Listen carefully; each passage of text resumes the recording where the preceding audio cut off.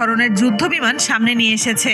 তবে এই যুদ্ধবিমান দেখে সবথেকে বেশি অবাক হয়েছে আমেরিকা এবং ইসরায়েলের মতো দেশ। অবাক হওয়ার কারণ হলো এই ধরনের যুদ্ধবিমান ইরানের তৈরি নয়, এগুলো আমেরিকার তৈরি। আর ইরান শুধু একটা বা দুইটা যুদ্ধবিমান বের করেনি, এরা পুরো এক বাংকার জুড়ে এই ধরনের যুদ্ধবিমান তারা সামনে নিয়ে এসেছে। আর এই বিষয়টি নিয়ে এখন মধ্যপ্রাচ্যের সবথেকে বেশি আলোচনা চলছে। কিন্তু ইরান এই যুদ্ধবিমানগুলো পেল কোথায়? ইরান চলতি বছরেই সামনে নিয়ে এসেছিল তাদের অত্যাধুনিক পানাভিয়া ফাইটার জেট, যেটা দেখে পুরো বিশ্বের সামরিক মহলে ব্যাপক আলোচনা শুরু হয়ে যায়। কারণ এই ধরনের প্রযুক্তি সম্পন্ন যুদ্ধবিমান এর আগে ইরান কিংবা বিশ্বের অন্য কোনো দেশের কাছে আগে কখনো দেখা যায়নি। এই যুদ্ধবিমানের গতি প্রায় 2300 কিলোমিটার প্রতি ঘন্টার কাছাকাছি।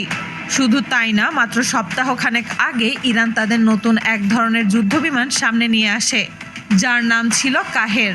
এবং এই যুদ্ধবিমানটি সাধারণ যুদ্ধবিমানের মতো নয়, এটি বেশ অনেক বড়।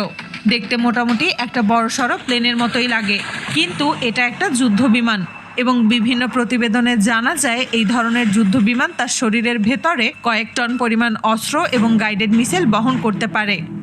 কিন্তু সবথেকে বেশি অবাক করেছে ইরানের এই ছোট ধরনের যুদ্ধবিমান। বিভিন্ন প্রতিবেদনে বলা হয়েছে এটা F-5 সিরিজের যুদ্ধবিমান। কিন্তু অবাক করা ব্যাপার হলো F-5 সিরিজের যুদ্ধবিমান শুধুমাত্র আমেরিকা তৈরি করে থাকে। এই F-5 যুদ্ধবিমান মূলত একটি হালকা ধরনের যুদ্ধবিমান, আর এর মধ্যে রয়েছে দুটি ইঞ্জিন। এই দুটি ইঞ্জিনের কারণে যুদ্ধবিমানটি অনেক দ্রুত গতিতে উড়তে পারে। এই যুদ্ধবিমানের সর্বোচ্চ গতি প্রায় 1700 কিলোমিটার প্রতি ঘন্টার কাছাকাছি, অর্থাৎ এটি শব্দের গতির চেয়ে প্রায় দ্বিগুণ গতিতে উড়তে পারে। শুধু তাই না, এই যুদ্ধবিমান প্রায় 3 টনের কাছাকাছি অস্ত্র এবং অন্যান্য সরঞ্জাম বহন করতে পারে। এর ডানার নিচে এবং শরীরের বিভিন্ন জায়গায় অস্ত্র লাগানোর ব্যবস্থা রয়েছে। সেখানে বিভিন্ন ধরনের বোমা, rocket, air two air missile এবং গাইডেড মিসাইল বহন করা যায়। আর এই যুদ্ধবিমানের সামনে রয়েছে দুটি 20 মিলিমিটারের কামান, যার কারণে কাছাকাছি দূরত্বে শত্রু যুদ্ধবিমানের সঙ্গে লড়াই করার সময়ও এটি আক্রমণ করতে পারে।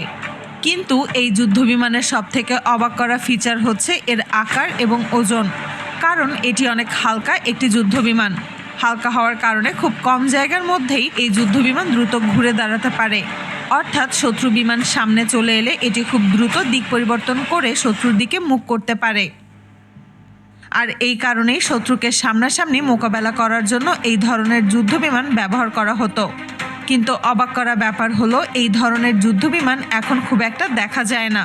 কারণ এখন আধুনিক সব যুদ্ধবিমান অনেক বেশি উন্নত প্রযুক্তি নিয়ে তৈরি হচ্ছে।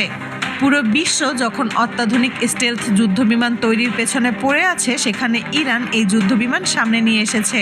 এর পেছনে একটা প্রধান কারণ হলো এর নিচু উচ্চতায় ওড়ার ক্ষমতা। জানলে অবাক হবেন, এই যুদ্ধবিমান মাটি থেকে মাত্র 100 ফুট উপর থেকেই উঠতে পারে। পাহাড় এবং গাছপালার ভেতর থেকেও এটাকে সামনে নিয়ে যাওয়া তুলনামূলক সহজ। এ কারণেই সাধারণ রাডার ফাঁকি দিয়ে এটি খুব সহজেই চলতে পারে। কিন্তু এখন প্রশ্ন হচ্ছে, ইরান কেন এত পুরনো আমেরিকান যুদ্ধবিমান আবার সামনে নিয়ে